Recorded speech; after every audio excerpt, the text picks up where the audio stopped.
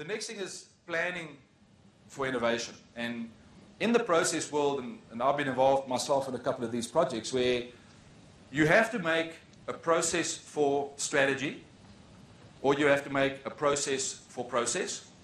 And partly what you're trying to do is to become a bit more proactive in your behavior.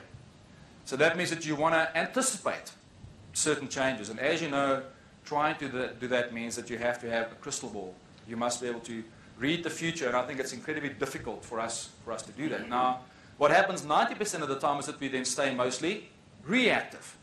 So we spend a fair amount of our time worrying about what other people are thinking, and you ask them as customers, you feed back to them, you use that, and you react to their particular needs. And you then make sure that when you use their concepts, or at least you have concepts that can at least solve their particular problems.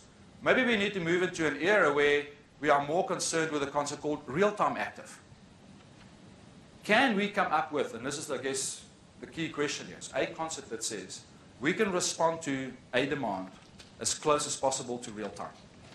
What are some of those changes? So if a business goes through a radical new strategy and it wants to implement that new strategy, do we have a means of saying that, yes, we already have concepts like process reusability in place. We already have patterns of behavior that works well.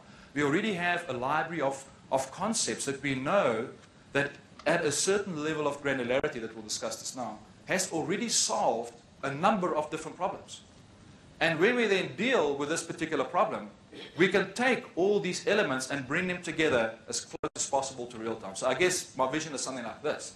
As sitting with a person in a business who wants to go through a radical redesign and ask him what their key drivers are. Are your drivers speed to market? Are your drivers product leadership? Are your drivers turnaround times? What are some of those key drivers?